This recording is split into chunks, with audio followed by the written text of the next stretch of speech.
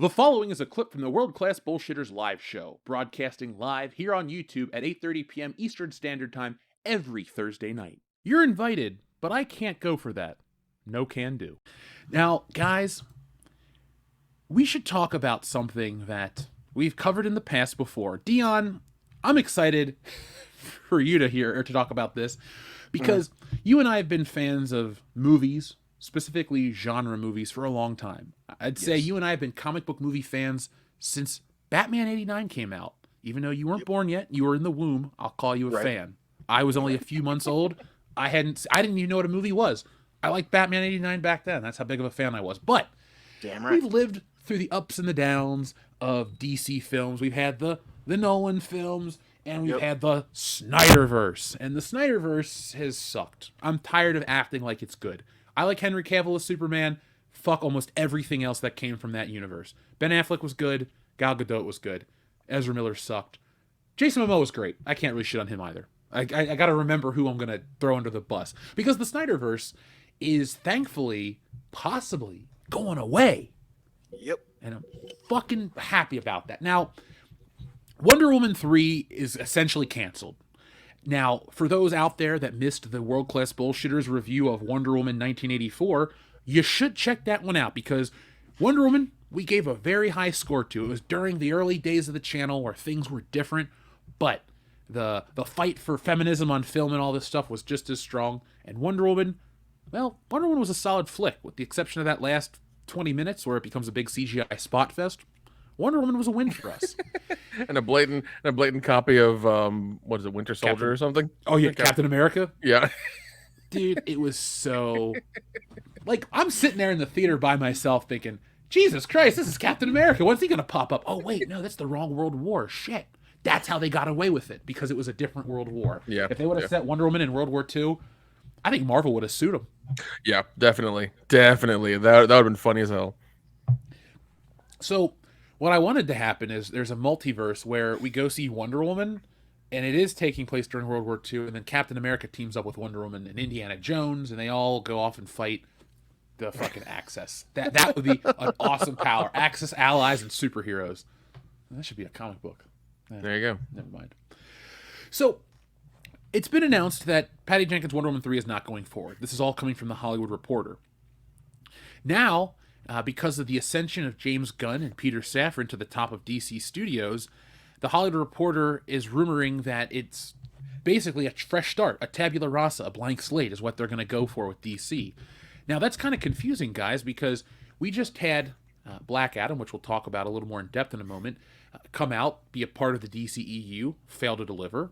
We have the Flash movie that was supposed to come out at Christmas get pushed back till whenever, and then Batgirl got canceled. I have never seen a roster of films, like in a post-pandemic world or pre-pandemic, I've never seen shit just get Thanos snapped out of existence like I have the DCEU. It's going away quicker than you can imagine.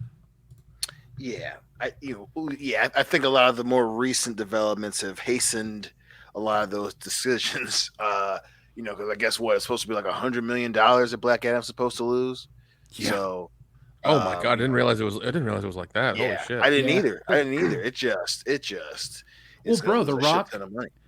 Well, The Rock is the perfect optimist, and I love that kind of positivity. But like, seriously, he talked himself into believing that his movie was successful to the point where he's like, hey, I just talked to the financiers and they said we are 32 to whatever fucking $1 million in the profit. It's like, Rock.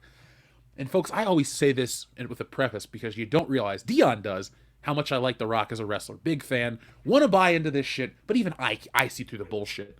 And when I can see through the bullshit and go, come on, dude, take a chill pill, like, that's saying something. Because I'm, like I said, I'm not really guided. I don't know.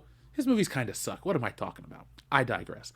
But no, this Snyder stuff, everything they want to like keep it going because a small portion of the audience seems to like it, but it never made money. It never was successful. I don't care what people want to say about the Snyder Cut being a win for the fandom. It wasn't. It tore this fandom apart. Lies and bullshit are what got Zack Snyder involved, and that's what tore a lot of things apart. So a fucking terrible movie had no good, and we're supposed to just sit around and go, hey, great, the Snyderverse was awesome. No, it wasn't. Dion, could you name me 3 things that were awesome from the Snyderverse outside of Batman?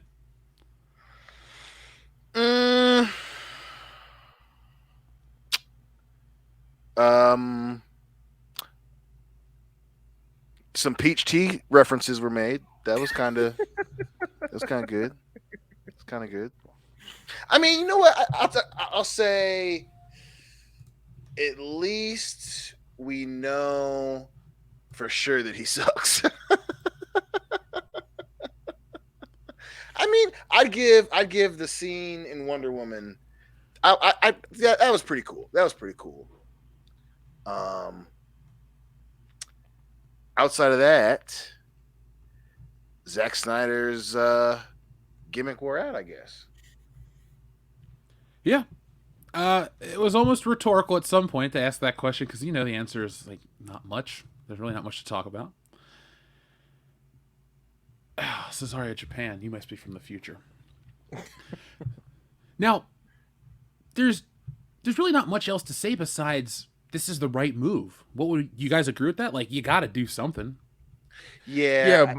But I mean, like, once again, like just going through and just shit canning everything. I mean, that's weird. Well, can't you?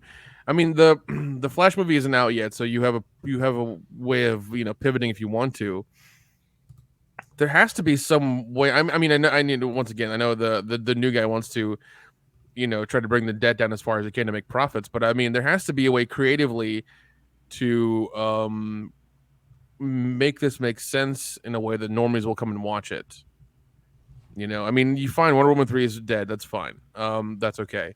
But there has to be a way of like bringing all this together, or at least having some coherent story for all these heroes to to do something. Because then, what are you really going to do? Are you going to recast? Are you going to redo the movies and recast all the people again, and then redo it? And then what happens if you have another hostile takeover with another company? Do it again?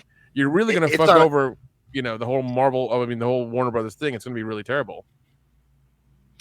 I mean, the things to do from here it's a very short list, and I think that is one of the options on the list. And I guess something that kind of Freudian slip. But the whole you accidentally said Marvel. I think that was the problem from the beginning. Yep. Was trying to do what? Huh? Yeah, my bad. But that's what I'm saying. Like they were trying to do what Marvel did, and I think that was the cause of a lot of this for them. But yeah, I think you've got 3 or 4 choices. One of them is scrap the whole thing, blow it all up, and recast, and just eat the $500 million loss on this whole thing, or you release Flashpoint, and you better hope it was good. Like you better hope you did something because you need a win. You need a win because it's almost the end of the game in this motherfucker, and the DC has not made. They've fumbled the ball multiple times. Other than those 2 choices, you spend even more money to try to fix stuff, go back, recast, reshoot some stuff, keep other things. It just they don't have a lot of choices left. No, they don't. And they don't have a lot of patience with the audience. I can't speak for every audience member, but I will speak to myself, or for myself as someone who likes DC comics, DC properties, and has had a lot of patience, as in I've seen almost every DC film that's been released in theaters in my lifetime. I skipped Catwoman. I missed Constantine by mistake. Caught it on DVD as soon as it was released. But, like, outside of that... Oh, and I skipped Birds of Prey because I'm a man. Like, seriously, you guys... That's how I treat these films. It's not punishment. You didn't miss anything. You really fucking didn't. Yeah, I went and saw the motherfucker. I know you got an egg sandwich with some bacon and a bunch of bullshit on the side. That's all you got out of that fucking movie. It's just when a movie markets itself like that, I take it upon myself just to not support it because hey, if everybody out there is having a good time, awesome. I don't need to tear your fun down, but I ain't giving you $20 to call me a misogynist. Like it's such a dumb counterproductive thing. Maybe have the humility like some people just to say, hey, people didn't like it. And that's their own prerogative. You think The Rock's going to jump on Twitter tomorrow and go, not enough people saw Black Adam. You people turned on The Rock, you pieces of trash. No, this ain't a wrestling promo. You don't do that shit. I mean, in that way, people turned on Baywatch as well. I did turn on Baywatch just last night. It was the episode where the kid got attacked by the dolphin. It was God hilarious. damn it. I still can't You believe crippled him. You've gone too far, Flipper. I still can't believe somebody had paid to upscale those episodes to HD. That still blows me away. Like I have no idea who did that, who had the money and thought that was a good idea. It's Was crazy. it FilmRise? I don't know.